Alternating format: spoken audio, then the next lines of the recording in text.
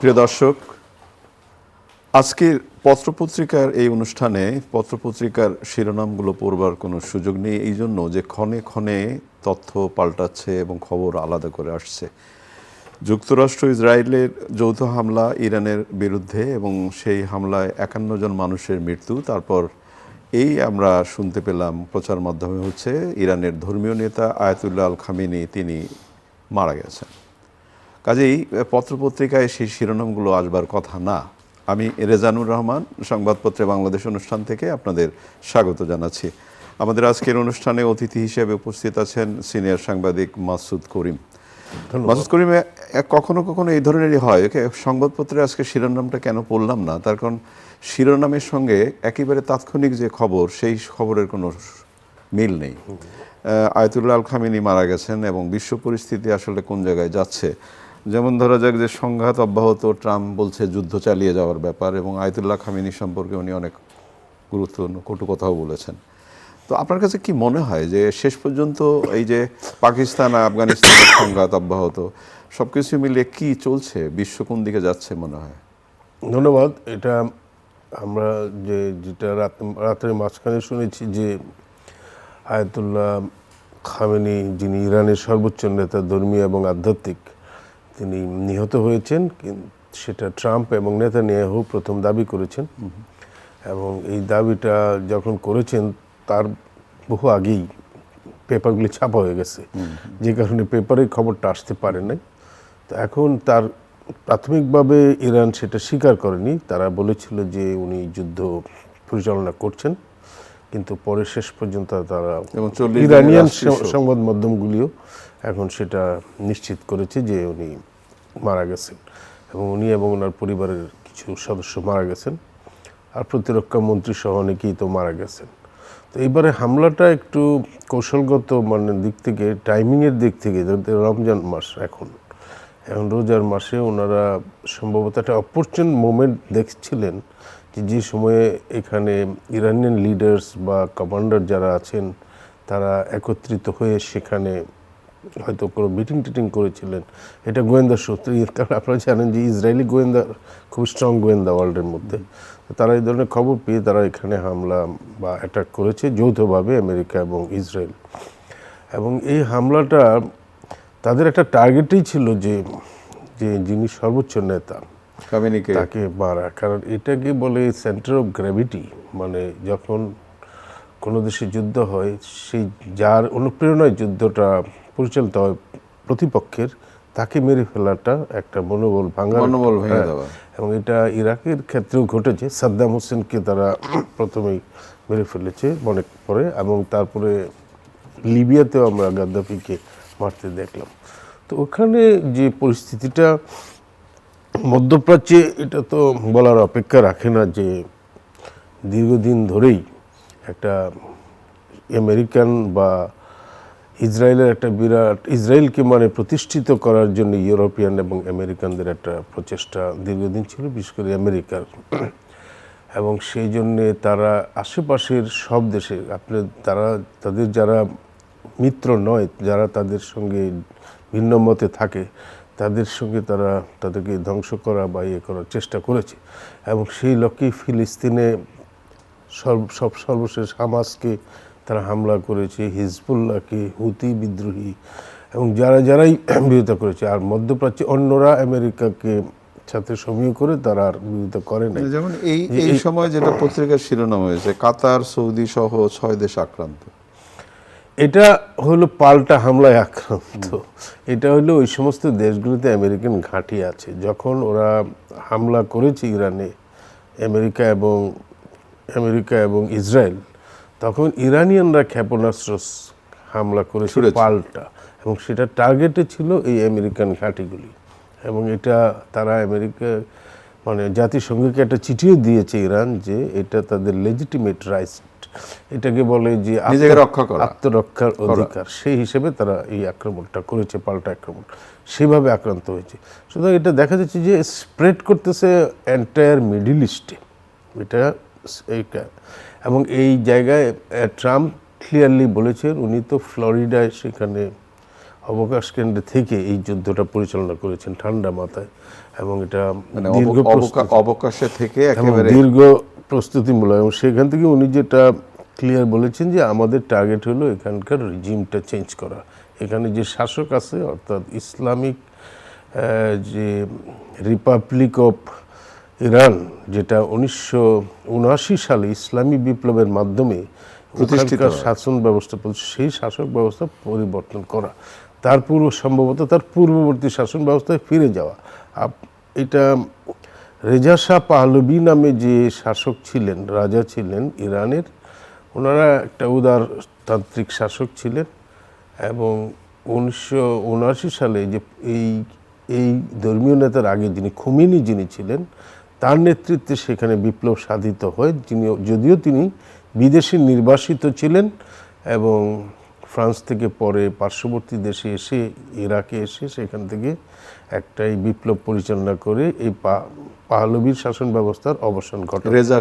রেজা শাহ পাহলভি, এবং ওনারা ছিলেন উদার। এখন ওনারা যেমন ইসলামিক, ওনারা যেমন মেয়েদের ব্যাপারে মানে ধর্মীয় পোশাক আশাক বা না, কি বলে যে ড্রেস কোড, এটা তো গেল একটা জায়গা, কিন্তু এখন কি মনে হয় আপনার যে বিশ্ব পরিস্থিতি আসলে কোন দিকে দাঁড়াচ্ছে, কোন জায়গায় যাচ্ছে? বিশ্ব পরিস্থিতি তো এটা কি একটা অনিবার্য বড় যুদ্ধ? এটা তো এখনকার যুদ্ধগুলি তো সেইভাবে বড় যুদ্ধ হয় না। এখনকার যুদ্ধগুলি বিভিন্ন স্থানে স্থানে যুদ্ধ। এখন এই যে আমরা যে তৃতীয় বিশ্বযুদ্ধটা, এটা কিন্তু আগের মতো সব দেশ একসাথে জড়িত হয়ে যুদ্ধ, এরকম যুদ্ধের আশঙ্কা নেই। যুদ্ধগুলি স্থানে স্থানে। কিন্তু একটা জায়গায়, পৃথিবীর যে কোনো একটা জায়গায় যুদ্ধ হলেই তো অন্য জায়গাগুলো ক্ষতিগ্রস্ত হয়। এটা তো কানেক্টেড ব্যাপারটা।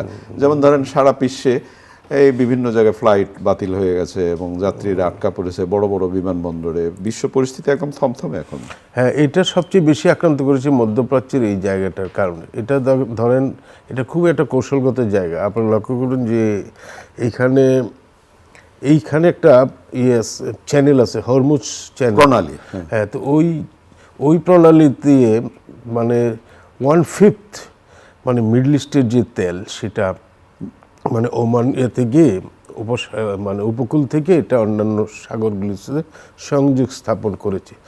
এইখানে যুদ্ধের কারণে এটা বন্ধ হয়ে গেছে। আপনারা কালকে থেকে এটা দেখেছেন যে এটা, তাইলে এটা একটা তেলের দামের উপরে বিরাট এফেক্ট করবে। এবং ইরান যে দেশটা, সে নিজে একটা তেল সমৃদ্ধ দেশ। তো ওই দেশের তেল কিন্তু অনেক দেশে, বিশেষ করে চায়নায় অনেক দেশে তারা বিক্রি করতো, এবং এটা তারা ডলারে বিক্রি করে নাই, তারা কিন্তু চাইনিজ মুদ্রায় বা অন্যান্য বিকল্পভাবে বিক্রি করতো। এবং সেটাও একটা টার্গেটের মূল কারণ, যে এই যে তোমার এত সাহস, তেলগুলি যেহেতু ডলারের উপরে এটা ডলারে বিক্রি না করে। হ্যাঁ, কিন্তু মূলত এই হামলাটার মূল উদ্দেশ্য হলো নেতানিয়াহুকেই বলেন আর ইসরায়েলকে বলেন, তাকে এখানে প্রতিষ্ঠিত করা, এমনকি সম্প্রসারণ করা, মানে তাদের ভূখণ্ড আরও বাড়ানো। এখানে কোনো একটা দেশ কিন্তু সেভাবে বাধা না, যেভাবে বাধার সৃষ্টি হয়েছিল ইরানের মাধ্যমে। কারণ ইরান শুধু একাই বাধা দিয়েছে তা নয়, তার প্রক্সি ফোর্সগুলি, যেমন ধরেন হিজবুল্লাহ, কিংবা ধরেন এই প্যালেস্টাইনে যেটা আছে হামাস, কিংবা হুথি বিদ্রোহী সিরিয়াতে, ইয়েমেনে। তো এই সমস্ত কারণে ওনারা একটু সম্প্রসারণে বাধার মুখে পড়েছিলেন। সেই জন্যই তারা ইরানকে এখানকার রিজিম চেঞ্জ করে তাদের একটা অনুগত শাসন। বাংলাদেশের পরিস্থিতি কি দাঁড়াবে? মানে এটা তো আমি যুদ্ধ বলা, একটি পত্রিকা বলেছে যদি দীর্ঘায়িত হয় এই সংকট, তাহলে বাংলাদেশ 3টি সমস্যার কারণে পড়বে। এটা ভয়াবহ সমস্যা বাংলাদেশের উপর পড়বে, ইম্প্যাক্ট পড়বে। আপনারা আমাদের দেশের মূল শ্রমশক্তি যেখান থেকে রেমিটেন্স আছে, এটা পুরোটাই মধ্যপ্রাচ্য নির্ভর। ইরানে যদিও অত বেশি না, কিছু স্টুডেন্ট আছে এবং অন্যান্য লোক আছে, কিন্তু আশেপাশের দেশগুলিতে আছে, ইউএইতে আছে, সৌদি আরবিয়া হাইয়েস্ট, এবং গালফের অন্যান্য দেশগুলিতেও আছে। সো আজকেও অনেক শ্রমিক যারা যেতে চাইছিলেন, ফ্লাইট তো বন্ধ, বাংলাদেশ থেকে মধ্যপ্রাচ্যগামী সকল ফ্লাইট বন্ধ, এবং এছাড়া অন্যান্য ফ্লাইটগুলিও বন্ধ সেখানে যুদ্ধ চলার কারণে। তো এখানে অনেক শ্রমিক তাদের টাইম মতো কর্মে গিয়ে যোগ দিতে পারতেছে না, এই জন্য তাদের চাকরি কিছুটা ঝুঁকির মধ্যে আছে। এবং এছাড়া ওখানকে যদি অর্থনৈতিকভাবে ইয়ে হয়, তাহলে আমাদের এই শ্রমশক্তিটা এখানে বাধাগ্রস্ত হবে, কর্মসংস্থান ব্যাহত হবে, এবং তাতে আমাদের রেমিটেন্সটা কমে যাবে। আরেকটা হলো যে আমাদের ব্যবসা বাণিজ্য আছে ওই অঞ্চলে প্রচুর, এখান থেকে আমরা তেল আমদানি করি। আর তেলের দাম যদি বেড়ে যায়, আমরা একটা এনার্জি হাংরি কান্ট্রি, আমরা কাতার এবং অন্যান্য মধ্যপ্রাচ্যের দেশ থেকে তেল আমদানি করে থাকি। তেলের দাম যদি বেড়ে যায় সেখানে বা আমদানি যদি বাধাগ্রস্ত হয় সেখানে আমাদের অর্থনীতির উপরে এটা একটা চাপ সৃষ্টি করবে, যেই চাপটা আমার মনে হয় যে সর্বগ্রাসী হতে পারে আমাদের অর্থনীতির জন্য। সেটা একটা বড় সমস্যা। এছাড়া ব্যবসা বাণিজ্য আছে, ইরানের সাথেও আছে, মধ্যপ্রাচ্যের অন্যান্য দেশেও আছে, এক্সপোর্ট আছে, বিশেষ করে পাট এবং পাটজাত পণ্য যেগুলি রপ্তানি করে আমরা একটা বৈচিত্র্য আনয়ন করেছিলাম আমাদের রপ্তানি বাণিজ্যে, সেই জায়গাটাও বাধাগ্রস্ত হবে। আমি মনে করি যে বাংলাদেশের উপর একটা ব্যাপক প্রভাব পড়বে, কারণ মধ্যপ্রাচ্য এবং বাংলাদেশ একই সাথে জড়িত। আর আরেকটা বিষয় হলো যে এটা একটা মুসলিম উম্মার সাথে যুক্ত, তো আমরা মুসলিম উম্মার সাথে ওতপ্রোতভাবে জড়িত, সুতরাং সেই দিক থেকে রাজনৈতিকভাবেও আমাদের দেশের জন্য এটা ভালো কিছু। এখন দেখা যাক কারণ যুদ্ধ, যে কোনো যুদ্ধই আমাদের দেশের জন্য ক্ষতিকর, কাঙ্ক্ষিত না, আমাদের দেশের জন্য ক্ষতিকর এবং এটা কাঙ্ক্ষিত না, অবশ্যই না। দেখা যাক পরিস্থিতি কি বলে তার উপরে। আমরা একটু দেশের কথায় আসি। গতকাল জামায়াতের ইফতার পার্টি ছিল, সেখানে মাননীয় প্রধানমন্ত্রীকে দাওয়াত দেওয়া হয়েছিল, তিনি উপস্থিত থেকেছেন এবং তিনি বলেছেন যে মানুষের ভাগ্য পরিবর্তনে কাজ করতে হবে এবং অনেক আশা নিয়ে মানুষ আমাদের দিকে তাকিয়ে আছে। একই সাথে জামায়াতের আমিও বলেছেন যে আমরা ওই তথাকথিত বিরোধী দল হতে চাই না, আমরা আন্তরিক বিরোধী দল এবং সরকারকে পরামর্শ করে কাজ করবার যে বিরোধী দল সেটাও আমরা হতে চাই। তো সব কিছু মিলিয়ে এত যুদ্ধবিগ্রহের আশঙ্কা, তারপরে দেশের এই পরিস্থিতিতে একটু আশা জাগায় নাকি? তারেক রহমান সাহেব ক্ষমতায় আসার পরে বা ক্ষমতায় আসার আগেও আমাদের দেশে যে যখন দেশে ফিরলেন নির্বাচন থেকে 17 বছর, ওনার একটা পলিসি দেখা যাচ্ছে যে প্রথমেই উনি বললেন যে উনি একটু শান্তিপূর্ণ রাখতে চান দেশটার মধ্যে, শান্তি স্থিতিশীলতা, যেটা উনি মার্টিন লুথার কিংকে উদাহরণ দিয়েছেন যে মার্কিন যুক্তরাষ্ট্রের শান্তিকামী নেতা, এবং সেইটা একটা। আর দ্বিতীয়, যখন উনি ক্ষমতায় গেলেন সেটার পরেই কিন্তু উনি একটা ওনার স্ট্র্যাটেজি দেখা যাচ্ছে যে সবার সাথে সবাইকে নিয়ে কাজ করার একটা আগ্রহ দেখা যাচ্ছে, এবং সেটার প্রমাণ হিসেবেই কালকে যা প্রধান বিরোধী দল যারা হচ্ছে সংসদে তাদের ইফতার পার্টিতে উনি অংশগ্রহণ করেছেন, যে কারণে তারা দীর্ঘদিন একসাথে আন্দোলনও করেছিলেন শেখ হাসিনার বিরুদ্ধে, কিন্তু এখন তো পরস্পরের বিরুদ্ধে এবং ইলেকশনে তো তারা পরস্পর বিরুদ্ধে, কিন্তু তাদের ইফতার পার্টিতে ইনি আমন্ত্রণে যোগদান করেছেন। সুতরাং এটা একটা পজিটিভ দিক যে সবাইকে নিয়ে চলার একটা ইচ্ছা আছে। সবাইকে নিয়ে চলা মানে যে সবাই সব বিষয়ে একমত হবে তা নয়, আমরা বলছি যে একটা সৌহার্দ্যপূর্ণ পরিবেশ বজায় রাখা এবং সেই পরিবেশের মধ্যে ক্রিটিসিজম করা, যেটা জামায়াতে ইসলামের আমির মৌলানা ডাক্তার শফিকুর রহমানও বলেছেন। এবং ডাক্তার শফিকুর রহমানের এখন পর্যন্ত কথাবার্তা চালচলনে যদিও তাদের বেসিক কিছু বিষয় হয়তো দেশের মানুষের কাছে প্রশ্ন থাকতে পারে, যেমন নারীর নেতৃত্ব, অন্যান্য বিষয়, কিন্তু ওনার ব্যক্তিগত যে সেটা নিয়ে কারো কোনো প্রশ্ন নাই, কারণ উনি অত্যন্ত নম্র ভদ্র এবং ওনার দৃষ্টিভঙ্গিও অত্যন্ত আমি বলবো যে পলিটিক্যালি যে পরস্পরের সহাবস্থান, সেই ধরনের একটা দৃষ্টিভঙ্গি শফিকুর রহমান সাহেবের মধ্যেও কিন্তু লক্ষ্য করা যায়। কিন্তু যেটা হলো যে জামাতের অনেক বিষয় হয়তো এই দেশের মানুষ হয়তো একমত হয় নাই, বা হইলে তারা আরও বেশি আসন পাওয়ার কথা, বিশেষ করে নারী ব্যাপারে তারা যেটা বলছে যে নারী নেতৃত্ব তারা মানছে না, কিন্তু এখন দেখা যাচ্ছে যে সংসদে যখন নারী আসনে 11টা আসন তারা পাচ্ছে তখন তারা নমিনেশন দিচ্ছে। এবং আমি শুনলাম যে ওনাদের নেতৃবৃন্দ বলতেছেন যে ওনারা স্থানীয় সরকারে প্রচুর মহিলা মনোনয়ন দিবেন। যাই হোক, দৃষ্টিভঙ্গি কতটা পাল্টায় সামনের দিনে, কারণ বাস্তবতা হলো দেশের 51% নারী, অর্ধেকের বেশি। সুতরাং তাদেরকে আপনি কর্মসংস্থান থেকে, শিক্ষা দীক্ষা থেকে বাদ দিয়ে অন্ধকারে রেখে একটা জাতি কখনো অগ্রসর হইতে পারে না। এবং এই বাস্তবতা যতক্ষণ না পর্যন্ত তারা অনুধাবন করবেন ততক্ষণ পর্যন্ত তাদের রাজনীতি নিয়ে প্রশ্ন থাকবে জনগণের। বাংলাদেশের মানুষ একটা উদার গণতান্ত্রিক রাষ্ট্র হিসেবে বেশিরভাগ মানুষ প্রত্যাশা করে। এই দেশে কোনো কট্টরপন্থা, উগ্রপন্থা এই সমস্ত মানুষের কাছে গ্রহণযোগ্য হয় না। তো আমি মনে করি জামায়াতে ইসলামী যখন তারা এখন প্রধান বিরোধী দলের জায়গায় চলে গেছে এবং বিরাট অংশ মানুষ এখন তাদের সমর্থন দিয়েছে, সুতরাং মানুষের যে প্রত্যাশার জায়গাগুলিতেও তাদেরকে সেই জায়গায় পরিবর্তন আনতে হবে।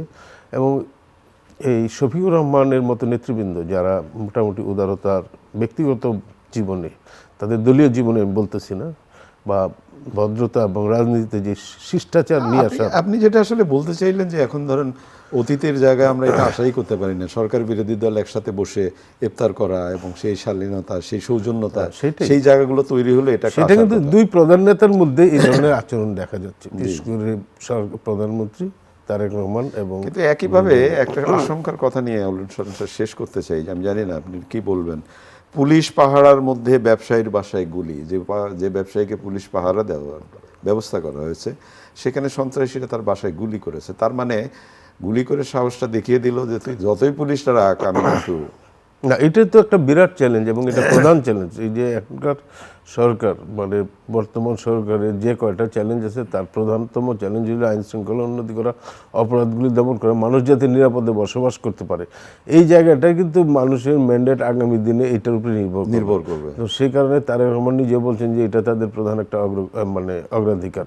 এবং 180 দিনে যদি পরিস্থিতির উন্নতি না করতে পারেন, কারণ গত কয়েকটা মানে মাস, বিশেষ করে 18 মাস, এই সময়টায় যে পরিমাণ অরাজকতা, মবতন্ত্র, এই সমস্ত চাঁদাবাজি, দখল, এই জায়গা থেকে যদি উত্তরণ না ঘটানো যায়, তাহলে কিন্তু খুব সমস্যা হবে আগামী দিনে গণতান্ত্রিক ধারা রাজনীতিতে তাদের সাফল্য ধরে রাখার জন্য। কারণ বিএনপির ব্যাপারে মানে বিএনপি মানে প্রধানমন্ত্রী আপনি দেখতেছেন যে একটা সাদা শার্ট পরছে, জিন্স পরছে, উনি চলছেন, উনি দেশের মানে ব্যাপকভাবে মানে পরিশ্রম করে আমাদের যাচ্ছেন, মাননীয় কিন্তু মাননীয় প্রধানমন্ত্রীর এই যে বার্তাটা, এটা তার সব জায়গায় পৌঁছাচ্ছে। সব জায়গায় পৌঁছাচ্ছে কিনা, তার দলকে উনি সেইভাবে কন্ট্রোল করতে পারতেছেন কিনা, এটাই বড় প্রশ্ন। সেটাই হলো বড় বড় চ্যালেঞ্জ। প্রশ্ন। অনেক অনেক ধন্যবাদ আপনাকে। প্রিয় দর্শক, আমরা যে বিষয়গুলো নিয়ে কথা বললাম, আশঙ্কার বিষয় ছিল সবচেয়ে বড়। এই যে যুদ্ধ বিগ্রহ পৃথিবীব্যাপী আবার শুরু হলো, এটা কোন দিকে যাবে সেটা আমাদের আশঙ্কা জায়গায়। তবুও আশায় বাঁচে মানুষ। আমরা চাই যুদ্ধ নয়, শান্তি, শান্তি এবং শান্তি। ভালো থাকবেন।